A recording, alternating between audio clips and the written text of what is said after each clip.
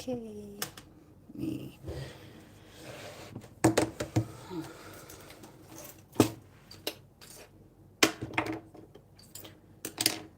Good morning.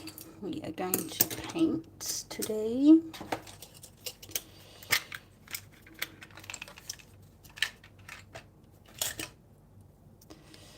Let's see how we go with this.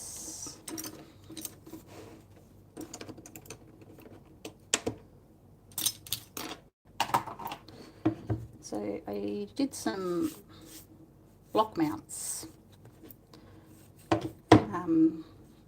I got this, it's beautiful, beautiful wood, scrap wood, but it is hardwood. I don't know what kind of wood it is. It's very dense, it's very heavy, but these didn't work.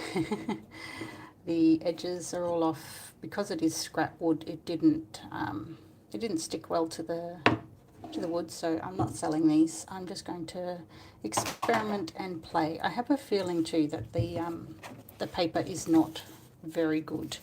I could just tell when I was like putting it on the block that it just wasn't sticking like it normally does. So because of that, I'm just going to experiment with it. I'm going to try and do something, that's very slang. I'm going to try and have kind of a very bright, happy kind of landscape. So to do that, I'm going to go with blues, but kind of like the Caribbean tropical kind of blues if I can. Let's clean off a bit of this palette because it's a bit of a mess at the moment, which is okay. So I've got the cobalt, which it's a beautiful color. It's very opaque, so it is quite see-through. And so I will be going with the phthalo, which is the PB15, and the Viridian, which is the PG7, and the cobalt turquoise light, which is PG50. So I'm just going to mix up a combination of those three. I like the Viridian and the phthalo together. It makes a really beautiful turquoise color. Like I said, this block, I don't know how it's going to react. It wasn't very friendly when I put it on. It's not too bad actually. So this is just experimenting and playing. So this combination of pigment, the phthalo and the Viridian, it works really well, but I do find that sometimes the phthalo stains just a little bit too much, more than I want it to, which can be annoying. Have to work quite quickly with the blocks. I've pretty much only got one shot at it to make it work, especially with these raw edges, because I'm not painting with the tape, which is what I normally do.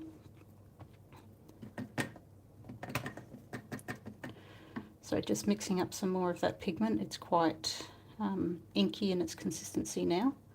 And I'm just trying to drop in some of the highlights. I like those cloud shapes. They've turned out actually better than I thought they would. I feel like already I've gone a little bit too dark too quickly. This is the first painting of the day, so I really should learn my lesson. And the first painting, it's like a pancake. It always feels like a failure, the first one, even though it's perfectly edible. Probably very similar in this way. Okay, so that's that there. I'm just deciding as I go what to do, because I went in without even thinking, without even a plan. I was going to use some of the turquoise, so I might drop some of that in now. It has a strange way of spreading this pigment, and it tends to overtake. It's quite nice though. See how it's overtaking that already wet pigment in there? It's probably a little bit hard to see. Try and bring it up a little bit closer. Ah.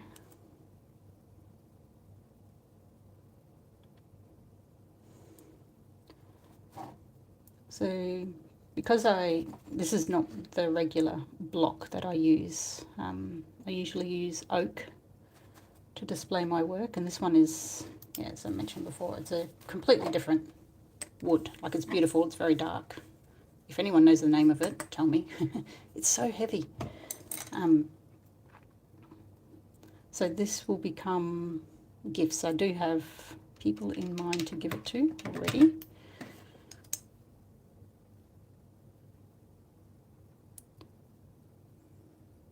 But these little ones, they're just experiments at this stage.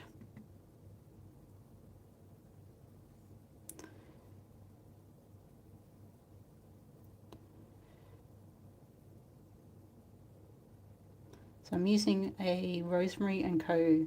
dagger brush. It's a travel brush. It's the 1/4 inch version. I've got two.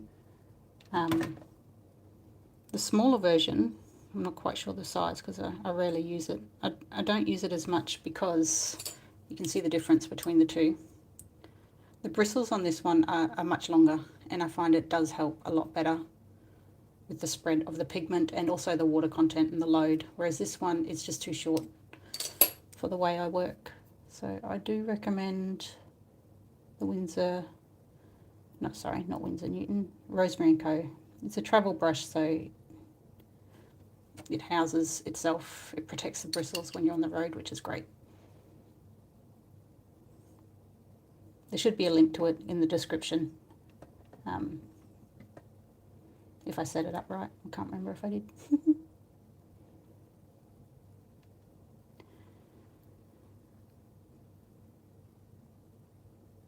Okay.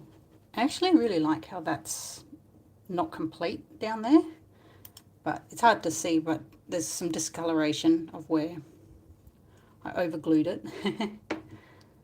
So I'm not too worried about this piece. I'm not too worried whether it's going to turn out or not. That's just life if it doesn't.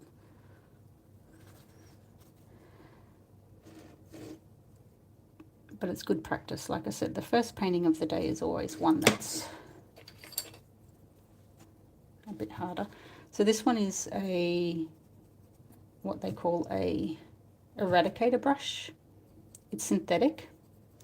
It's very short bristles, so you can be quite vigorous with it if your paper lets you. If it's 100% cotton, then it helps. I'm going to leave that as is. Like, I don't love it, but it's the first one of the day. And I'm not really feeling it.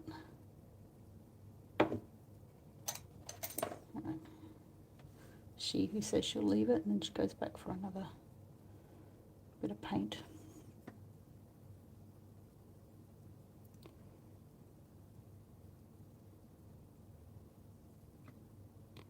And that's the good thing. I'm not sure what time it is wherever you're watching from, but it's morning here. And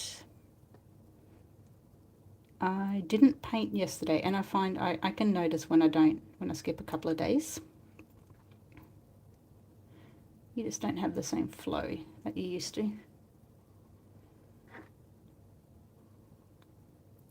It doesn't always have to be a masterpiece. I think that's what's important to kind of figure out as well. It doesn't always have to be perfect. That's all you see when you're looking at artwork on social media or on the internet or something. It's always the finished piece. It's never the work in progress or the mistakes or anything like that. All right, let's put that one aside for now. And for the sake of getting my head into the painting a little bit better, I'm going to start with the morning page, I guess. So this sketchbook is exactly that. It is for all of those times where you don't know what you're going to do. And today is one of those days.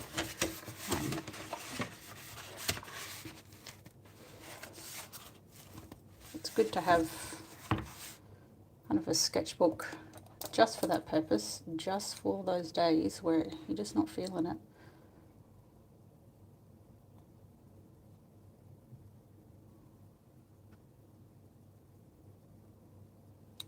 sky shape. This one.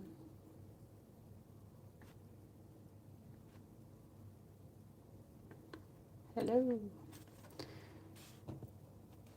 Yeah, so let's have a play. And this is where it's important too to have the different styles, to have a play. And I think that's where a lot of people almost get it wrong when it comes to creating, is that it feels like it has to be this perfect masterpiece every time, and it doesn't. And you don't have to stick to one particular style if it's not working. Your best is different every day. So some days we'll kill it with the landscapes and it'll be amazing, and other days they just won't work, and that's okay.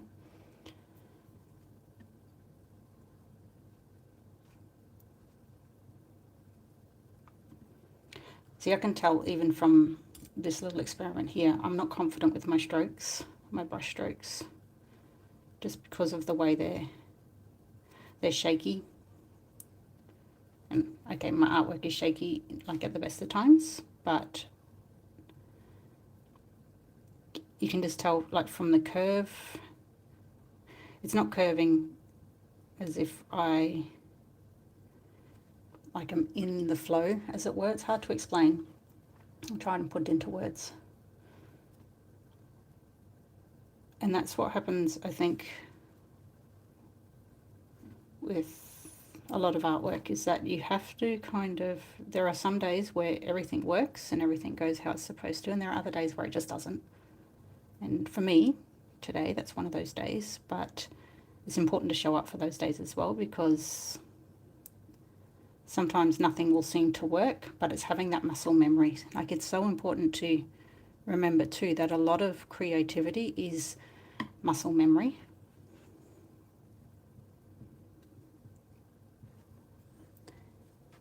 Like, even someone who is a carpenter,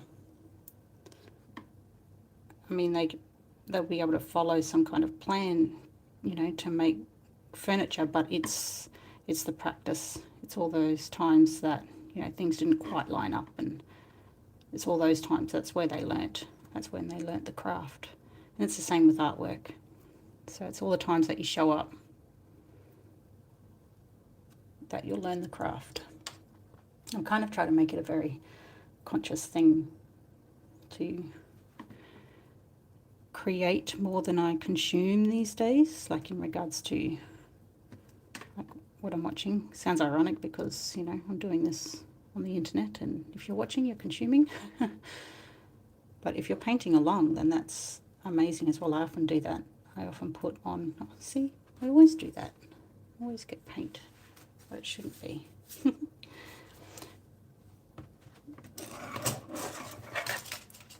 I love having like a video playing or something like that, and I can not follow along, but I can be informed while having a creative practice, and I like that.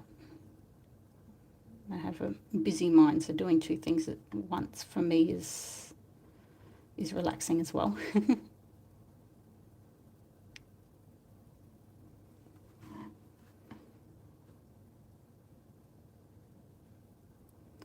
It's interesting, I went for these colours today.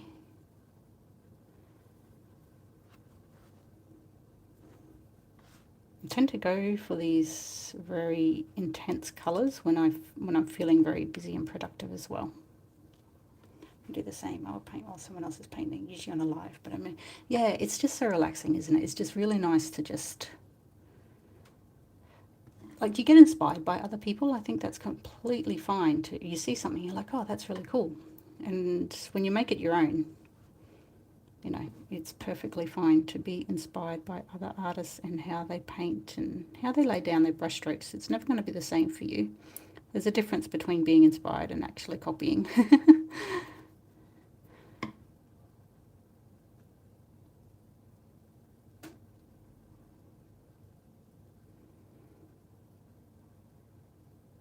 Funny, when I was thinking about sharing my artwork online, like very aware of the online space and what it does and how it can influence and stuff like that. And I guess to a certain extent I have been influenced because I tend to focus on the landscapes, which is quite popular for me. But if you're a regular here, you know that these abstracts are completely my heart. I love doing them.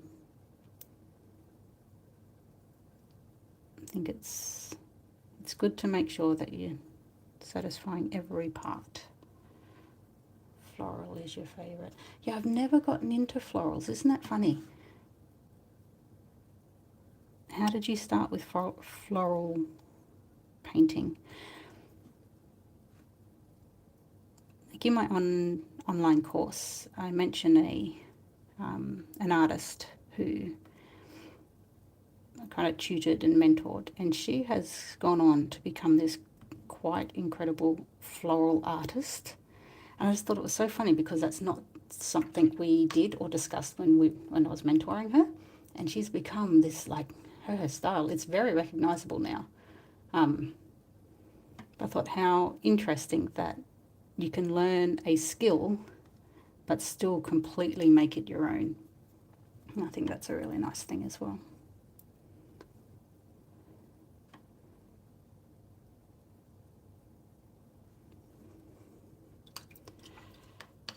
Okay, so for me, I've used a combination of P062, which is the Windsor Orange, and the PR188. They're just single pigments. And now I'm going to go in with some PV29, some Perylene Violet.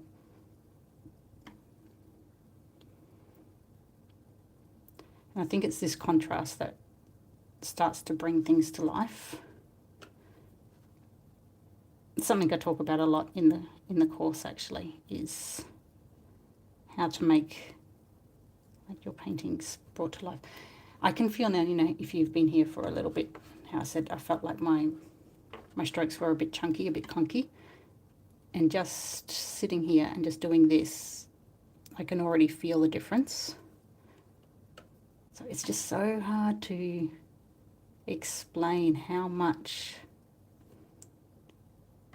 creating can be muscle memory. That's just such a important part of creating. And I talk about it in the course quite a lot, about your tools, getting to know your tools, getting to know your colours, getting to know, what things resonate with you.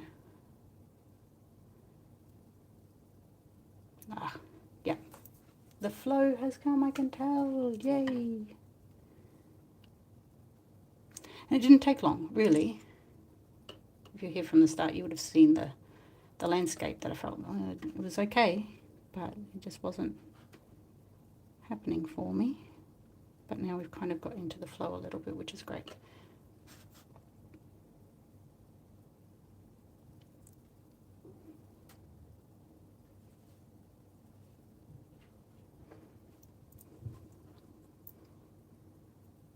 It feels like such a mess, like these squiggles in landscape, in abstracts.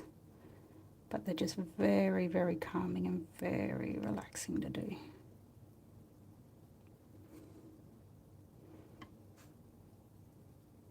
I love the shapes, and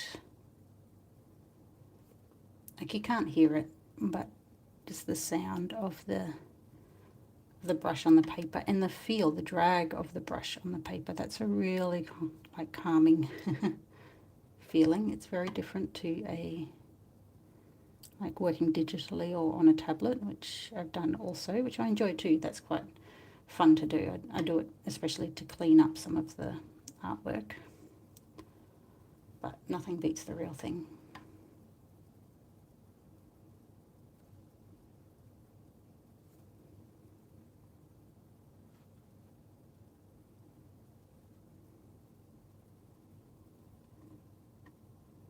A screensaver with pipes and teapots. That's cool.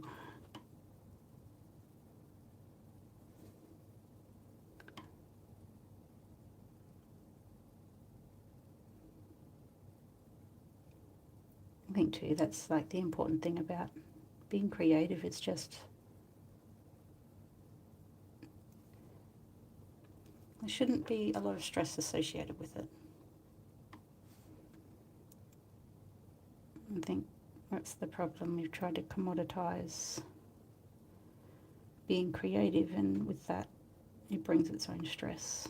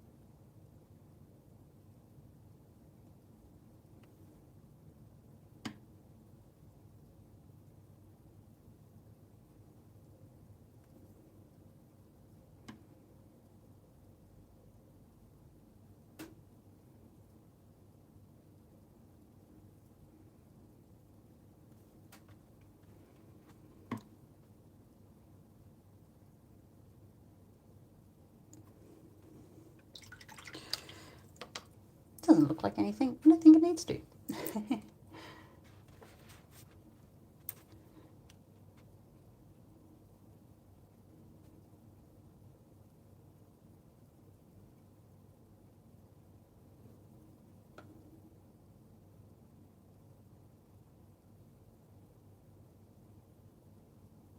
Yeah, can definitely feel a difference with the lines now. They have definitely changed. Ah, did it again.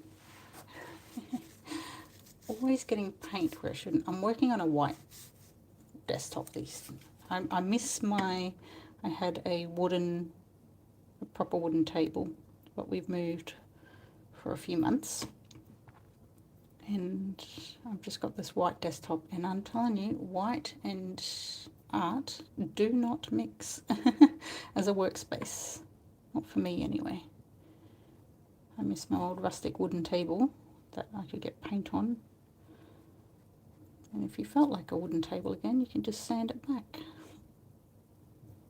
That's the thing. I like old school stuff. Always seems a lot more resilient or something.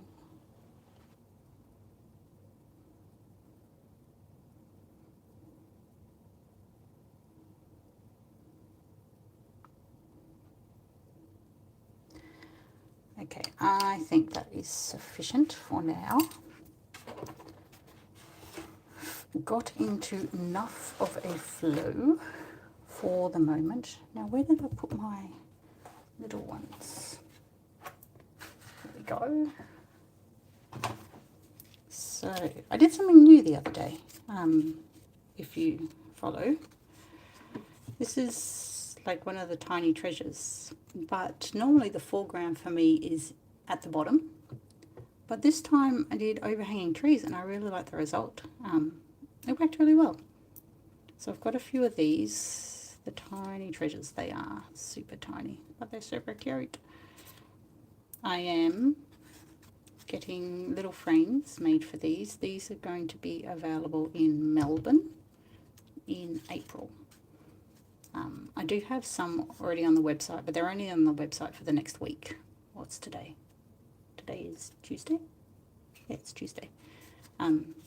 So by Friday they'll all be gone off the website. So if you've had your eye on it, go and get them now, because I'm taking them away. I'm making room for an exhibition and also the block minis. So ones that are like this but not these blocks, my oak blocks. I only released them in April and in October, so need to make sure the website's all ready for all of that. And so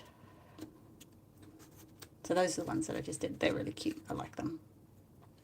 They are so cute. So before we do the other block, I might try and do one of these right now.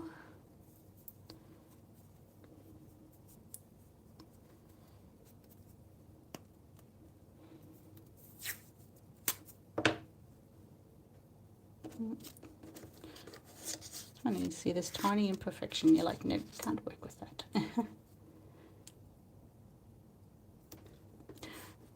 I had this really nice conversation with my framer last week. Obviously he frames my artwork, and he's a new framer. I haven't used him before. Really nice guy, in his 60s, I guess. And he was obviously surprised at the size of frame that I want, because these things are tiny. He's like, what are you going to use these frames for? When I gave him the dimensions and how I wanted it. And so I showed him some of my artwork, and he was so supportive. It was very cute. He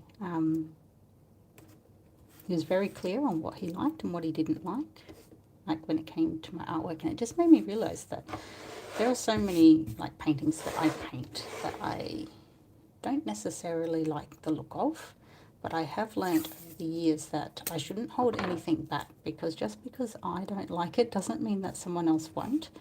And it's always surprising me what people choose, what they like. It always surprises me. And I don't take it personally, but it's never the one I like.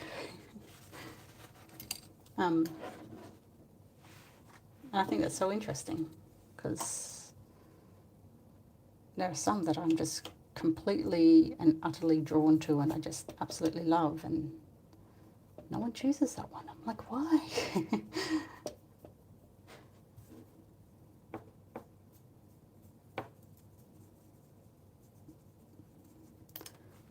Yeah, so I'm learning to make sure I show a lot of what I do, because you just never know like what would resonate with people. But at the same time, still happy to do how I would do it. Like there's the abstracts. I know that there aren't many people that are into the abstracts like I am, but it's something that I really love. So yeah, I love minis. I don't know what it is. I always thought artwork needed to be massive. I actually used to paint huge canvases, like 1 meter, 2 meter. Remember my first wedding anniversary, my husband got me a set of paintbrushes. It was very cute, and a canvas. And the canvas was so big it didn't fit in the car. And I remember seeing our car drive by. I was with someone else, and I saw this big canvas hanging out the back of it. And I'm like, that's my car. It's like, that's my husband. He'd like meant to be a surprise, but didn't expect that I would see it. So I used to paint very huge canvases, and then we went traveling. And obviously, when you paint huge pieces like that, you can't take them with you. Like, it's very hard to be creative on the road if you're used to painting large. And so that's when the minis kind of started taking shape. I had a sketchbook, of course, but I've always liked individual pieces of art. I still use the sketchbook, but now it's kind of taken on a mind of its own, the miniature art. I just really enjoy doing it, and I love, especially the landscapes, having such a massive vista in such a tiny space. There's just something about it. And I've been like experimenting with framing as well. Like you can see here, just having those frames. It's a bit of fun.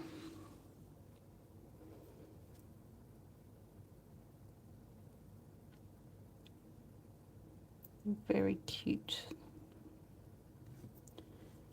So the miniature like landscapes, I teach that in the course as well as the faces and the abstracts, because I think, well, for me, they're all intertwined.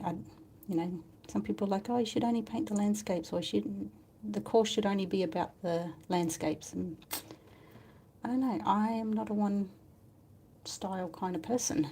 I like to experiment with things. I definitely know what I want. And I like that there's different facets to the creativity. It's not just one particular type of creation. So yeah, in the courses, definitely there is a section on landscapes, but there's also a section on abstracts. There's also a section on faces, how to paint faces. It's because I do feel challenged by the abstracts. Well, the abstracts make me relax. The faces challenge me, and the landscapes are easy for me. And I guess what I've become known for now.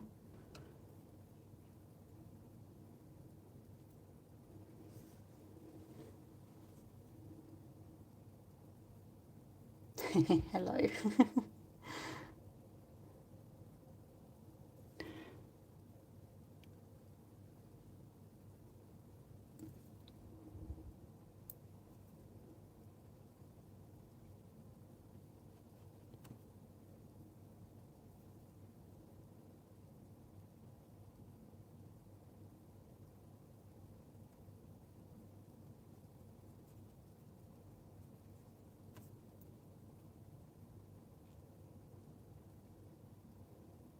The smaller it is, the easier it is, obviously, to travel.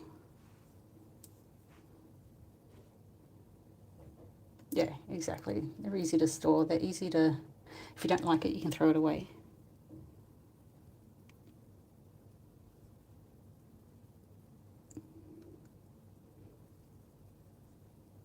I find for a lot of beginners, the small size is great. That's all right.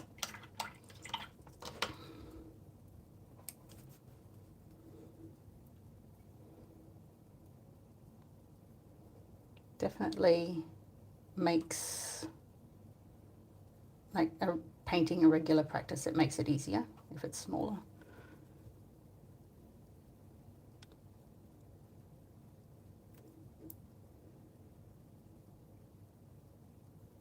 So going with that theme, like normally I put like a dark headland or something in the foreground, but doing similar to the one before, I'm going to experiment with like the branches and the trees coming over the top.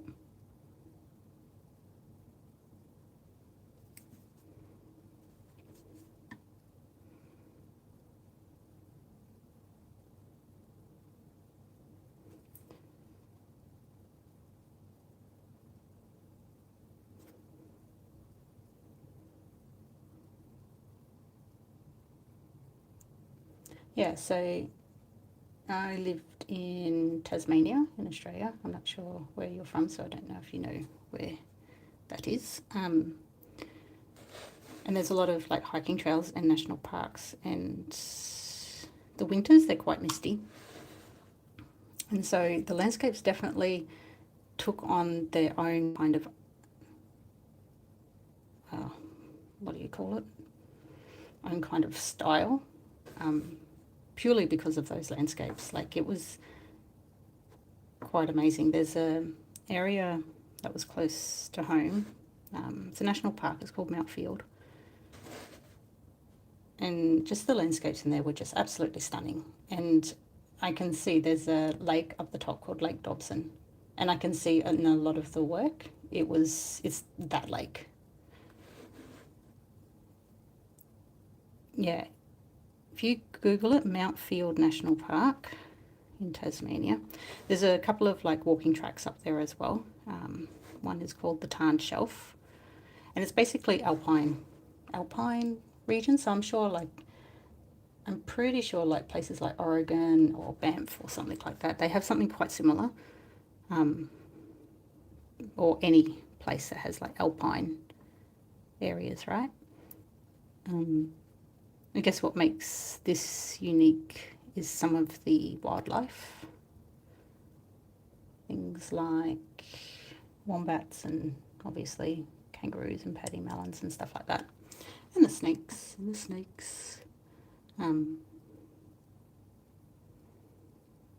So definitely that Lake Dobson area. You just used to go up there and just sit on the wharf or the jetty and just watch. It's actually very similar to this. Like there's this massive mountain range in the back, and you've got this it's quite a small lake really, but you get so many layers of landscape.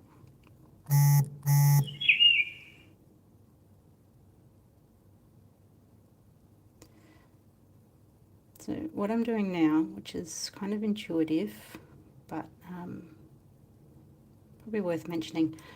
Okay, there is a lot on the left-hand side. There's a lot of weight visually on this side, because now I've got the foliage coming down. I've got this headland, and before I didn't have much to balance it out on the right-hand side. So I'm just trying to do that now.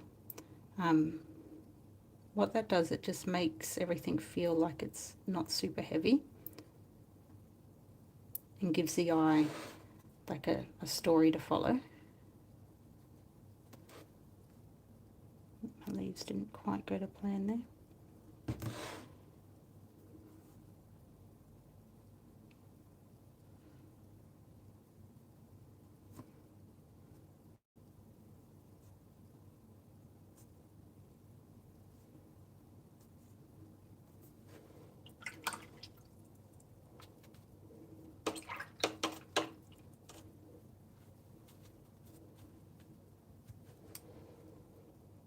Yeah, and I think it's something that you kind of learn to pick up after a while. That, okay, something doesn't look quite right. And a lot of times it's either the contrast or the balance. So painting darker than you think and putting more things in you think. But at the same time, it's good to probably take a step back and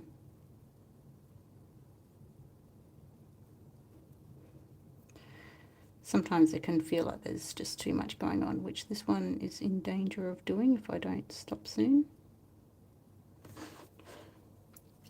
Alright, now for the fun bit. It's always the best bit.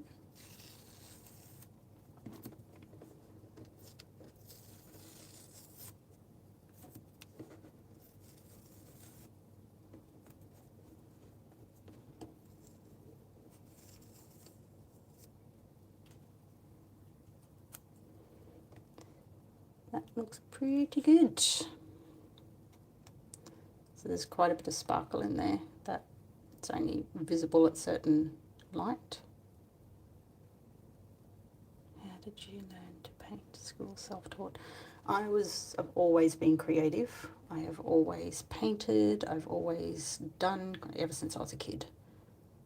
Yeah, that gold is the pièce de la résistance.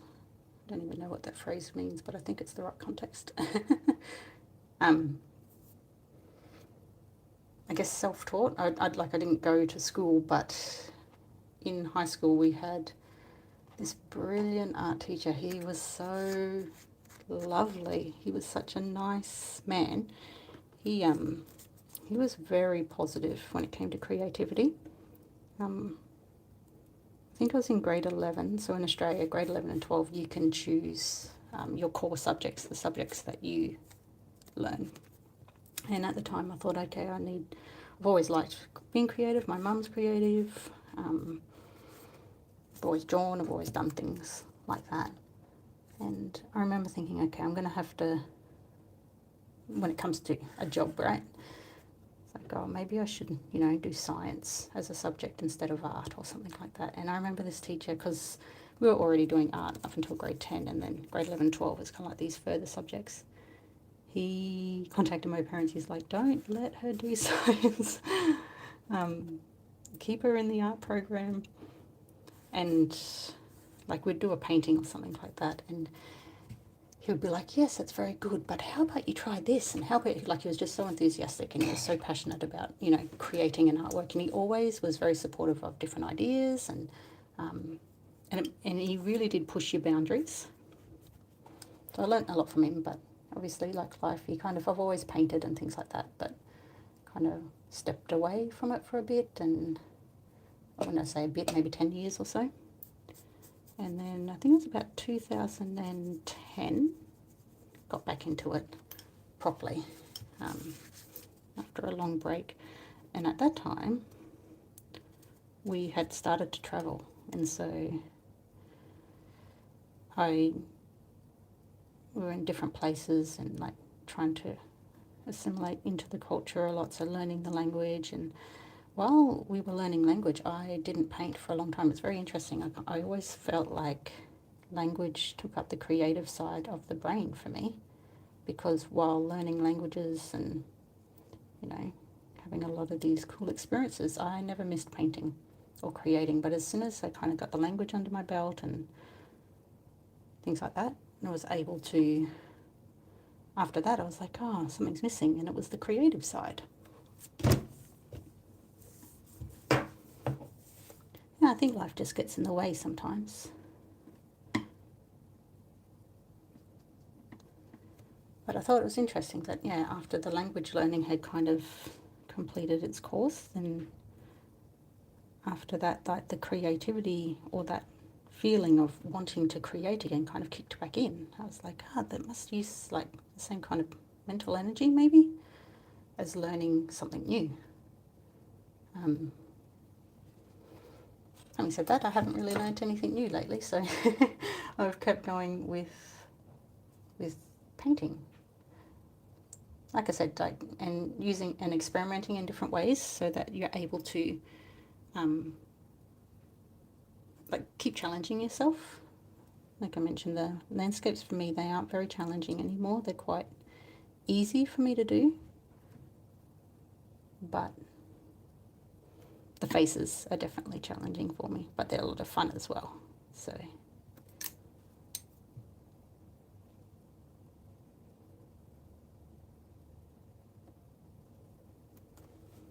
I'll show you a couple that I did actually.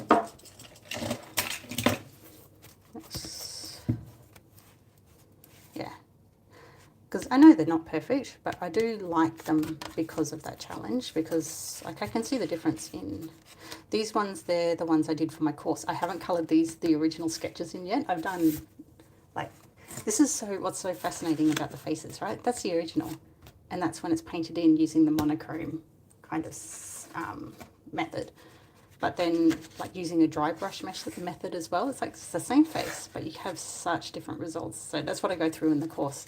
So I did these two particular, but I just love playing, like, again, as playing with that, and it didn't work, but that's okay. But yeah, I did the gold. I love the earrings. I like big earrings. Yeah, I know that they're not technically correct. I know that they leave a lot to be desired, but I don't have any examples like in my desk at the moment, but like they are so different to the original faces that I did. So I just like seeing that progress. This was in my snail mail club this month. So I did a print of this, and you can't, it's hard to see, I don't know if you can see it, but that's like silver watercolor paint there. Yeah, I feel the same way. I feel like they're just like a style, the way that I do those particular things. And I like how they look. They all tend to look the same. But that's okay. That's part of having a style too, isn't it? Like, I talk about that a lot in the course, because a lot of beginners take the course and it's like, oh, but how do I get to paint like you, or how do I get to paint like this? And it's like, just paint like yourself, because your style is like a culmination of a lot of things.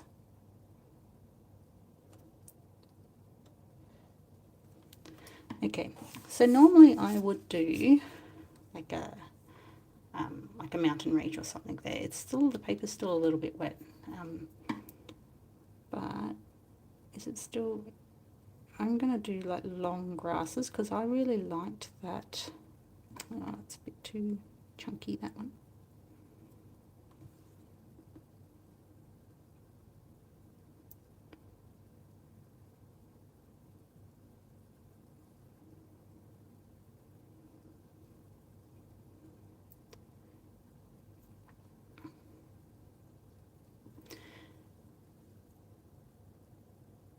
So another thing that is also very fun to do is the abstracts. So we did like the painting version just before, but I work a lot in pen and ink as well. So here is an example of the pen and ink abstracts, and you can see there's so many similarities, I guess, in like the painting and this as well. But yeah, I've been able to print it out and actually colour them in. These are a lot of fun. I thoroughly enjoy these because I liked colouring in as a kid, and I still like colouring in. It's fun. But I do love just black and white. I think there's something really nice and something really simple about that. But when you get to colour it in as well, like it's nice. It's just a different kind of nice. So they're a lot of fun to do as well. And that's like another thing I go over in the course as well. It's like just experimenting with the pen and ink style, because I think it's okay to have more than one style. Like we don't have to be stuck into this kind of... Yeah, they're great. It's like pretty much the #1 thing I use now. I can't see me using any other brush, but you can't say that because you don't know what your art practice is going to be like in 10 years. What I'd really like to do is to get like a massive one. I'd really like to try the dagger style, like ages. I'm going to try all the styles and mediums, yeah.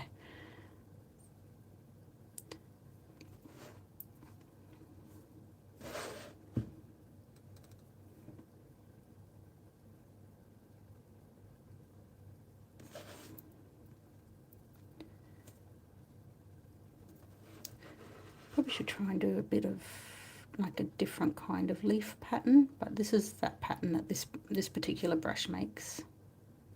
Stick with that for now. A giant dagger brush, yeah. I think that would be so much fun, but they're so expensive. I'm not just going to buy it just for one for one whimsy, which I might not even like. If someone I know has one and they'll let me borrow it for an afternoon, then I'll do that. But yeah, I don't want to buy a giant one and then only use it once.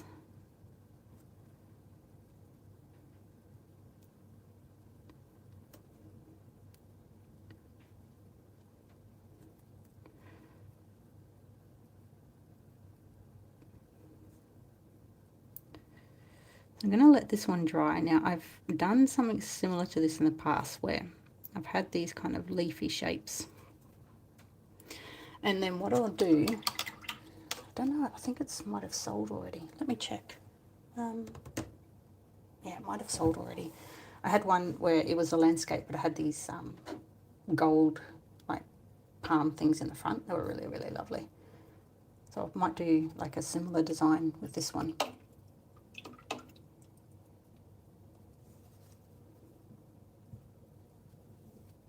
Yeah, hopefully. If you have some of your floral art, put your link in the thing and I'll go check it out. I always like checking out other artists' styles.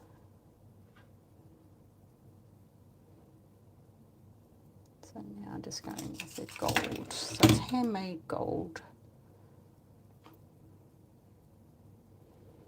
I like this one because once it's activated, it's very, very creamy and it's really, really nice. Awesome, thank you. So once like it's activated well, it gets such a creamy consistency. I don't know if you're able to see that.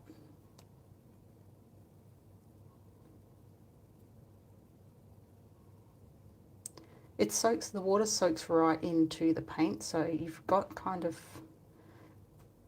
That's why in the course I'm like, get to know your paints because they react so differently than what you expect sometimes.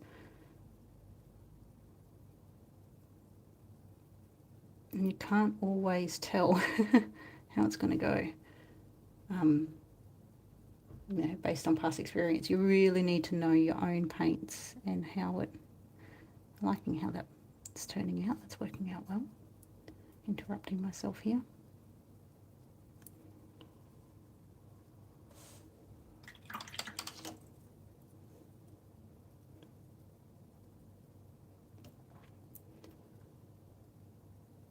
It's interesting because I've got like a handmade gold and a handmade silver.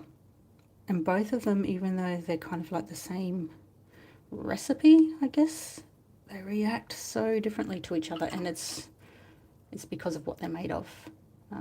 Obviously the silver mica powder has got different composition or something to the gold. I don't know whether the gold mica powder is heavier or something like that, so how it reacts with the binder that you put into the paint is quite different. But yeah, same with that. Not all gold paint is created equal, so if you find one that works for you, then that's great. I'll do a little one here.